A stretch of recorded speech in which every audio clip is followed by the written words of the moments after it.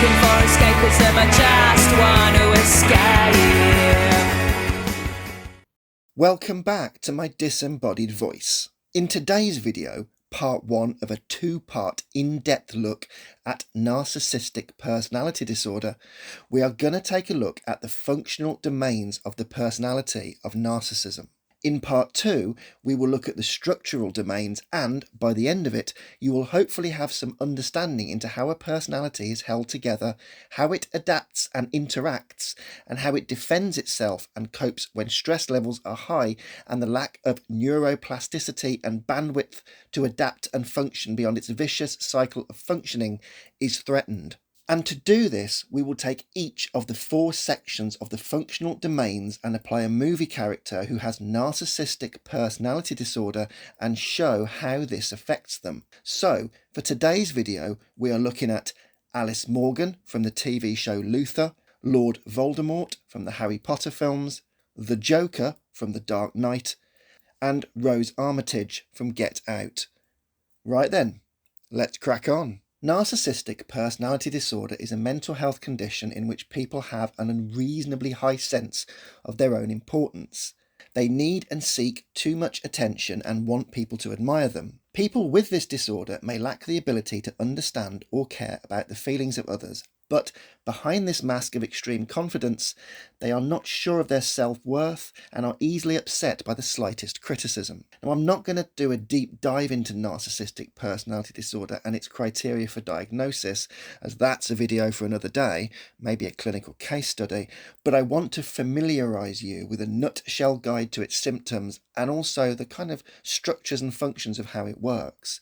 So let's start with the symptoms, and the 9 major symptoms of narcissistic personality disorder are a sense of self-importance, a preoccupation with power, beauty or success, entitlement, can only be around people who are important or special, interpersonally exploitative for their own gain, arrogant, lack of empathy, and they must be constantly admired. In the American Psychiatric Association's Diagnostic and Statistics Manual of Mental Disorders, 5th edition, narcissistic personality disorder is defined as comprising a pervasive pattern of grandiosity in fantasy or behaviour, a constant need for admiration, and a lack of empathy, beginning by early adulthood and present in a variety of contexts, as indicated by the presence of at least 5 of the following 9 criteria. Number 1, a grandiose sense of self-importance.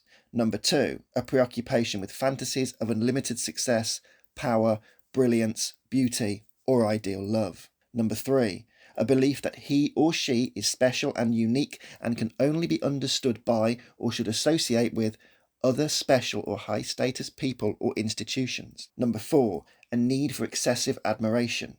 Number 5, a sense of entitlement. Number 6, interpersonally exploitive behaviour.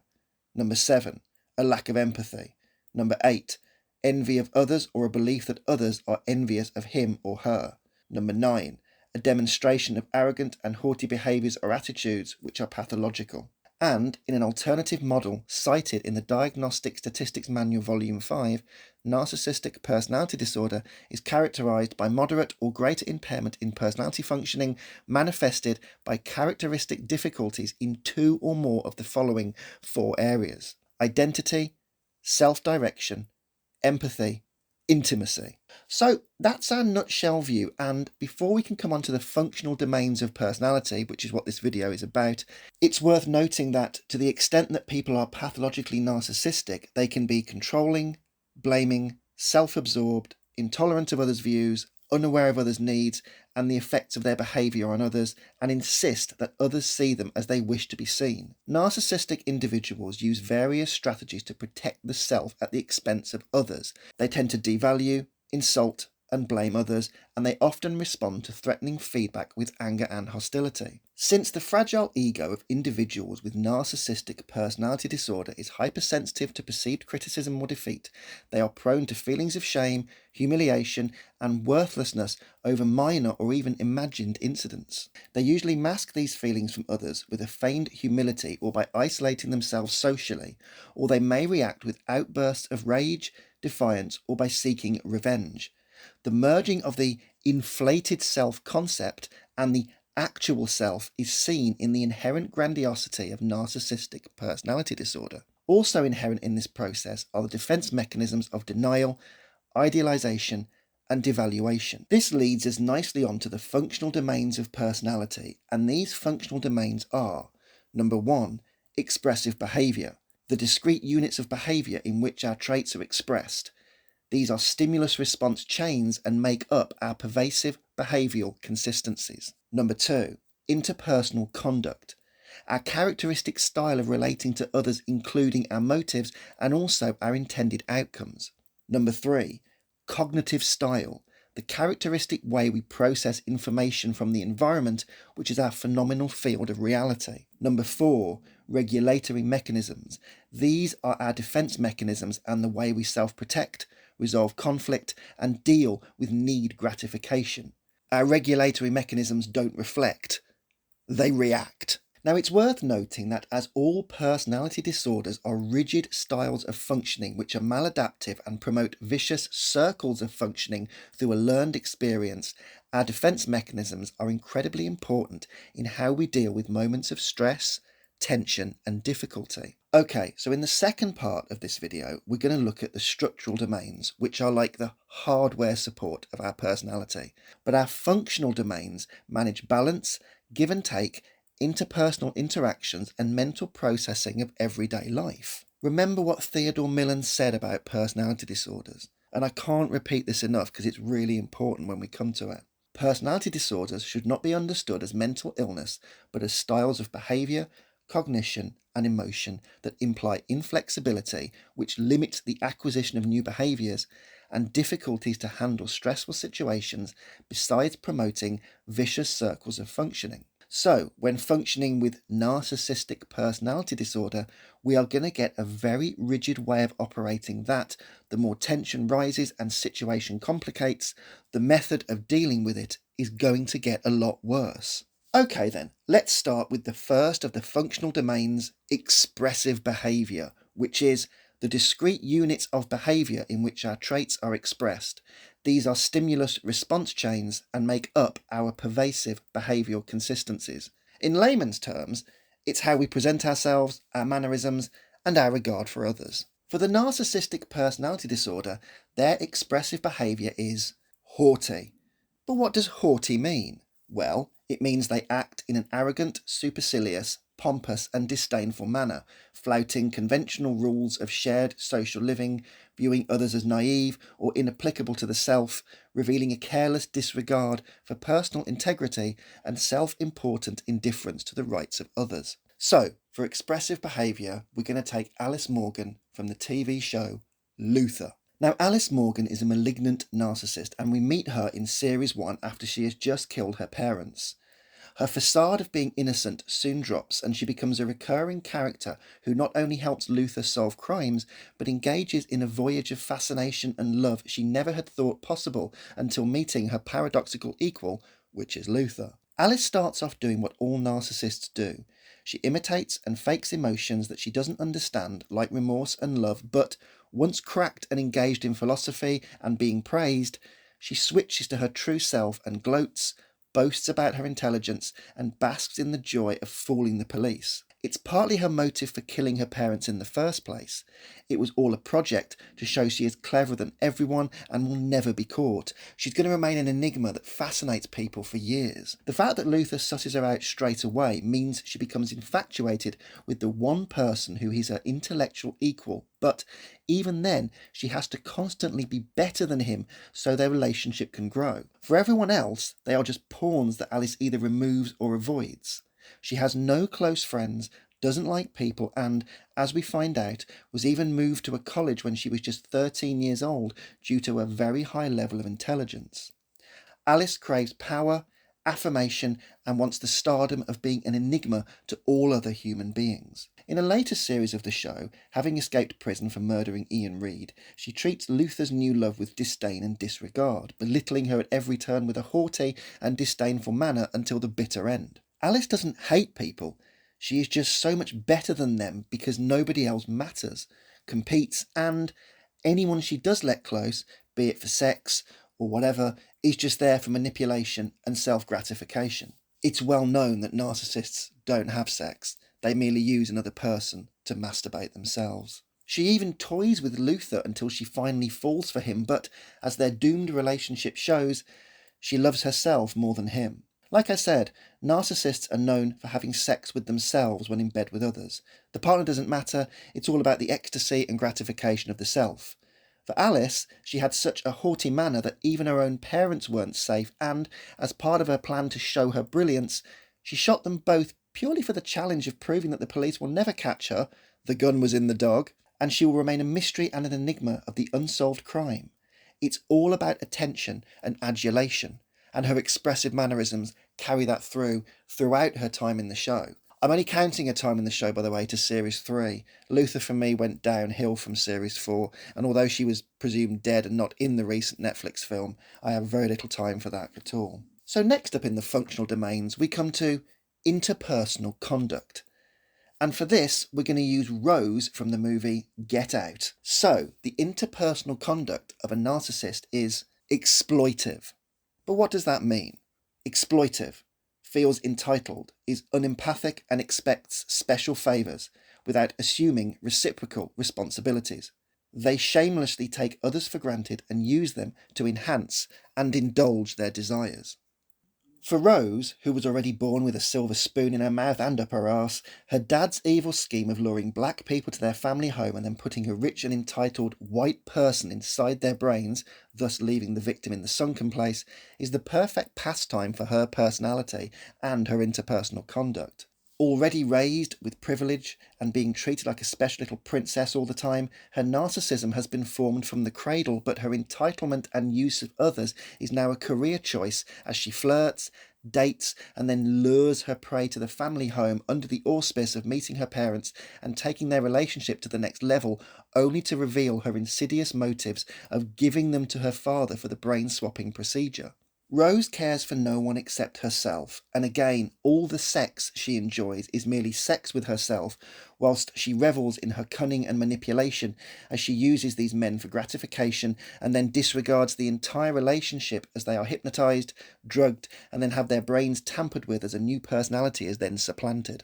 A real villain with a real penchant for manipulation with no remorse and zero accountability, Rose is a true variant of a narcissist and, unless stopped, she's going to keep using, manipulating, and taking everyone to the home for her father's plan, not because she's necessarily evil, but her interpersonal conduct is all engineered around finding someone who is beneath her and then going through emotionless gears until her victims believe her charade and she can exact her plan. Rose doesn't love or care. She uses and abuses people because she is special and, quite simply, because she can. Her personality doesn't allow a conscience, and as she gets primary and secondary rewards purely by being the honey trap, it's the perfect job for a self-loving and disregarding narcissist who is so superior to those she blends in with on a daily basis. Even when coming clean to Chris about her deception, she treats luring him to the sunken place fate as something of a job.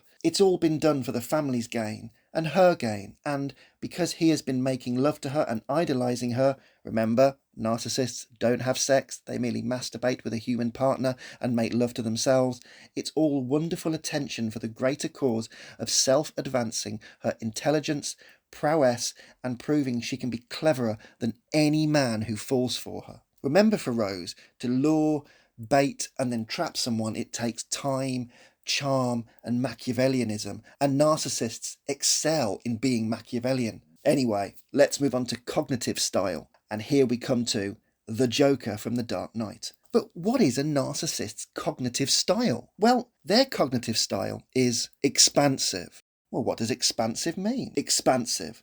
They have an undisciplined imagination and exhibit a preoccupation with immature and self-glorifying fantasies of success, beauty, or love. They are minimally constrained by objective reality, take liberties with facts, and often lie to redeem self-illusions.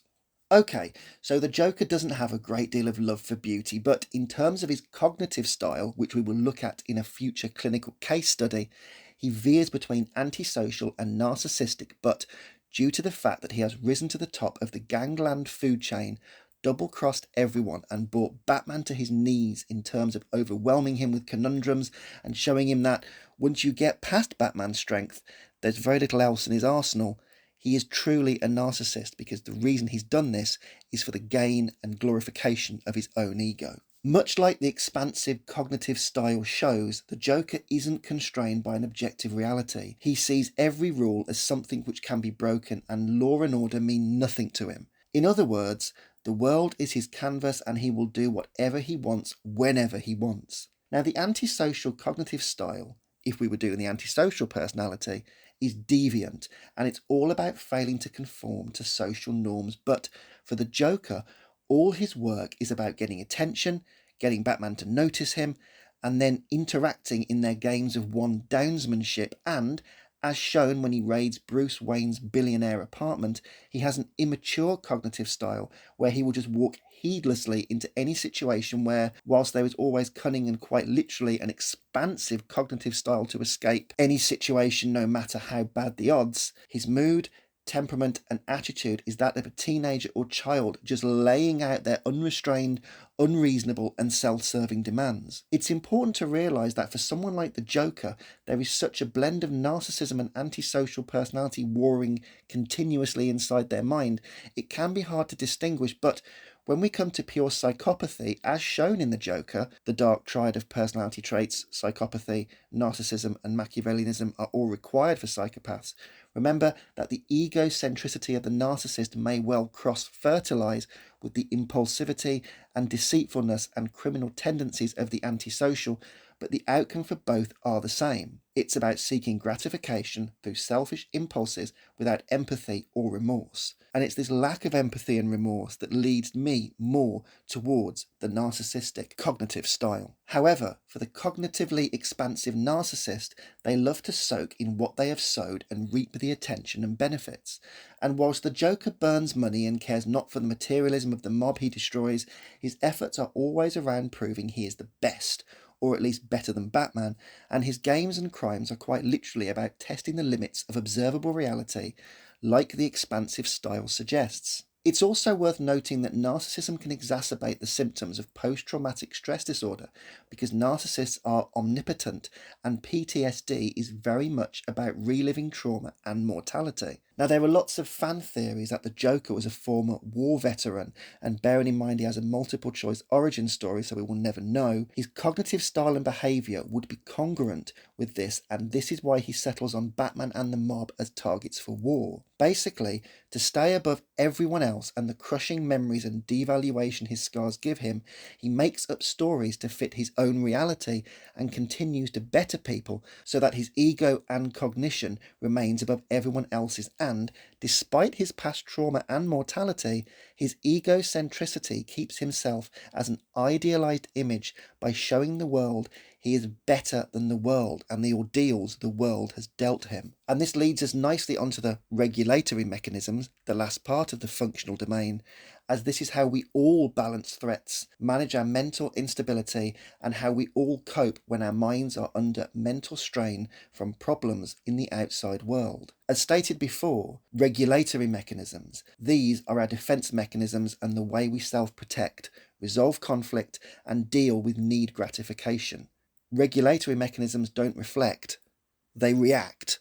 The problem for narcissists is that they have no defense mechanisms because they are already perfect and the world is broken. So, whenever something is thrown at them or they are faced with a scenario where they need to manage external problems, they do the only thing they can. They rationalize. So, the regulatory mechanism of a narcissist is rationalization.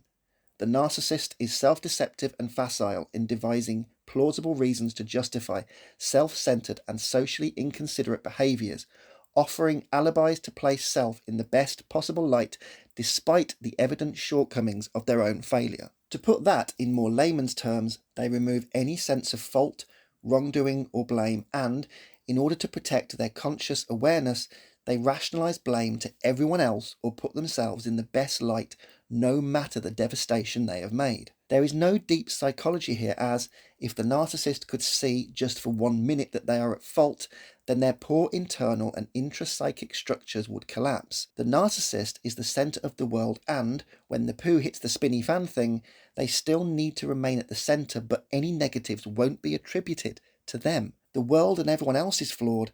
The narcissist was merely held back by this, and therefore they are not to blame for anything. And that can include the failure of their own schemes and plans. So for this final part, we look at Lord Voldemort from the Harry Potter series, who, despite being the most powerful wizard of them all, had struggled to kill the boy wizard time and time again. Forming an alter identity to block out his past, Voldemort, or Tom Riddle, lived in a Muggle-run orphanage and became obsessed with his powers, believing he was unique. With a grandiose ego and, according to canon, a very powerful skill set, the angry loner had all the building blocks of narcissism in place by the time he starts the war against the wizards and purging of all the non-purebloods. Voldemort believes he is special and the world is wrong and beneath him. He is socially inconsiderate. Riddle was a loner and the alter ego continued this, and he sees the world in dichotomies, and his defense mechanisms always find a reason why he can change and fix it. It's worth noting that Voldemort tries several times to kill Potter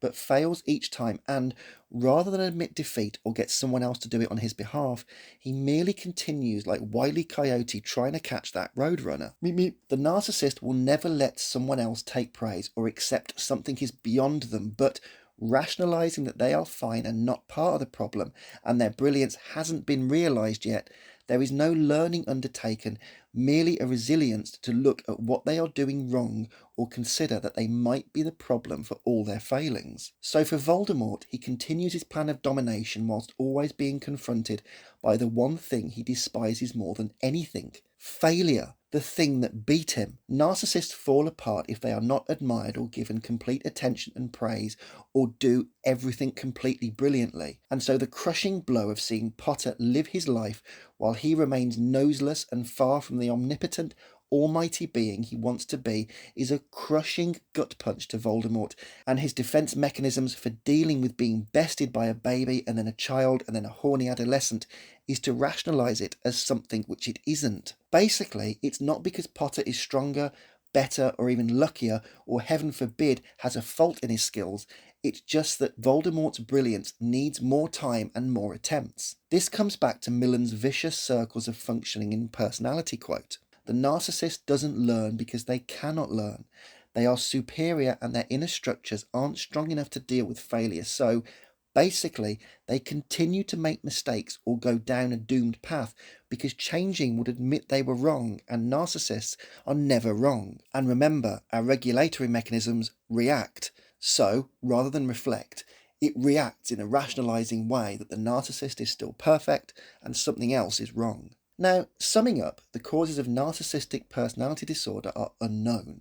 Experts tend to apply a biopsychosocial model of causation, meaning that a combination of environmental, social, genetic, and neurobiological factors are likely to play a role in formulating a narcissistic personality. It's even believed that in the practicing phase of the separation individuation phase, narcissism can form. I did a video about this previously. However, what we do know is that once diagnosed with narcissistic personality disorder, their way of interacting with the world continues to be flawed. But as we all engage with the world through our phenomenal field of reality, they engage in a very rigid and inflexible way, and their functional domains show how their thoughts, interactions with others, and defense mechanisms protect the narcissist with a very rigid set of patterns. Next time, in part 2, we're going to look at the structural domains of personality, and this will dive deeper into what holds the narcissist's personality together, how it's been built on quicksand, and how it's doomed to keep failing no matter how simple and humble the option of correction is. However, until part 2, that's it for this week's video. So remember, psychology is cool, so please like, share and subscribe, or even leave a comment or a suggestion for a future video, and as ever, until next time, I'll catch you later.